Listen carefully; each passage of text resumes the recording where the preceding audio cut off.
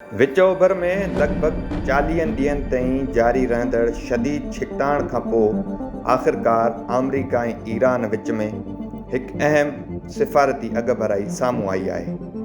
ॿिन्ही मुल्कनि हिकु 14 नुक़्ताई मफ़ाहमती याददाश्त ते इलेक्ट्रॉनिक दस्तख़त करे छॾिया आहिनि, जंहिंखे इस्लामाबाद मफ़ाहमती याददाश्त जो नालो ॾिनो आहे।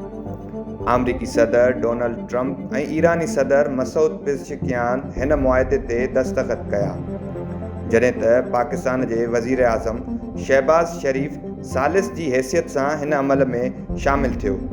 पाकिस्तानी हुकूमत मूजिबि क़तर बि हिन अमल में अहम सिफ़ारती किरदारु अदा कयो आहे।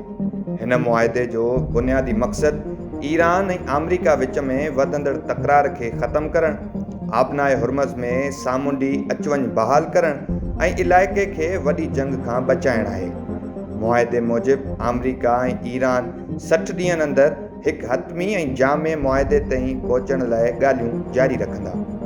बहरहाल, सदर डोनाल्ड ट्रंप वाज़े कयो आहे त ही 60 ॾींहं के आख़िरी या लाज़मी हद नाहिनि ऐं ज़रूरत पवण ते इन मुदे में वाधि बि थी सघे थी। मफ़ाहमती याददाश्त जे अहम नुक़्तनि में सभ खां पहिरियों नुक़्तो जंगबंदी आहे। मुआहिदे तहत ईरान, अमरीका ऐं उन जा इत्तेहादी लिबनान समेत मुख़्तलिफ़ इलाइक़नि में फ़ौजी कारवायुनि खे रोकण ते मुतफ़िक़ थिया आहिनि। ॿियो अहम नुक़्तो आबनाए हुर्मज़ सां लाॻापियलु आहे, जेका दुनिया जे अहम तरीन सामूंडी वापारी लंघ मां हिकु आहे। मुआहिदे खां पोइ अमरीका ईरान ख़िलाफ़ सामूंडी नाकाबंदी ख़तमु करणु शुरू कंदो, जॾहिं त ईरान वाइदो कयो आहे त हू तिजारती जहाज़नि जे महफ़ूज़ अचवञ खे यक़ीनी बणाईंदो। जॾहिं त ईरानी पार्लियामेंट जे स्पीकर मोहम्मद बाकर कालिबाफ चयो आहे त मुस्तक़बिल में आबनाए हुर्मज़ मां गुज़रंदड़ जहाज़नि खां ख़िदमतुनि जे एवज़ फ़ीस वरिती वेंदी।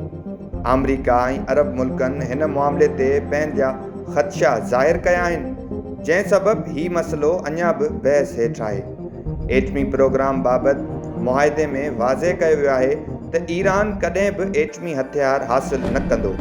ईरान पंहिंजे वधीक यूरेनियम पैदावार खे आलमी एटमी तवानाई वारे इदारे जी निगरानीअ हेठि बेअसर बणाइण ते राज़िबो ज़ाहिर कयो आहे।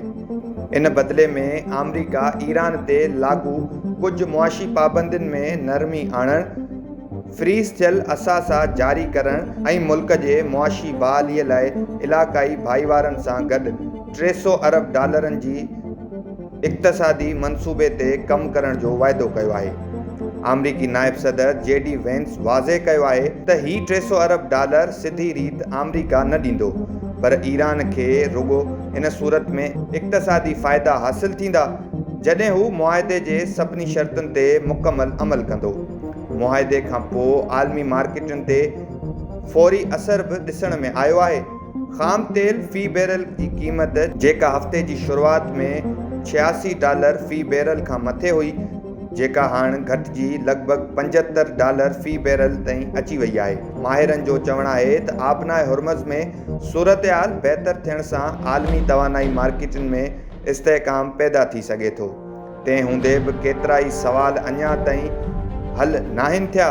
लिबनान में इसराइली कारवायुनि जूं रिपोर्टूं जारी आहिनि, जॾहिं त इसराइल जे वज़ीर आज़म बिन्यामीन नेतन्याहू हिन मुआहिदे बाबति अञा ताईं को वाज़े बयानु जारी नाहे कयो। ॿिए पासे ईरान जो चवणु आहे त जेकॾहिं लिबनान में इसराइली मौजूदगी जारी रही त इहा मुआहिदे जी भञकड़ी सम्झी वेंदी।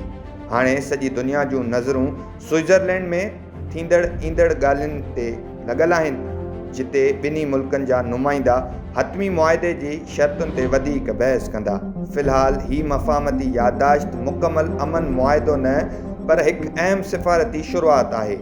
ईंदड़ 60 ॾींहंनि या उन खां वधीक अरसो उहो तइ कंदो त छा ईरान ऐं अमरीका वाक़ई मुस्तक़िल अमन ॾांहुं वधी रहिया आहिनि या ही रुॻो हिकु आर्ज़ी वक़फ़ो साबित थींदो। हींअर लाइ एतिरो ज़रूरु चई सघिजे थो त दुनिया खे हिकु वॾे इलाक़ाई जंग जे ख़तरे खां आर्ज़ी तौरु बचायो वियो आहे ऐं सिफ़ारतकारी हिकु भेरो ॿीहर हथियारनि जी बरतरी हासिल कंदे नज़र में अची रही आहे।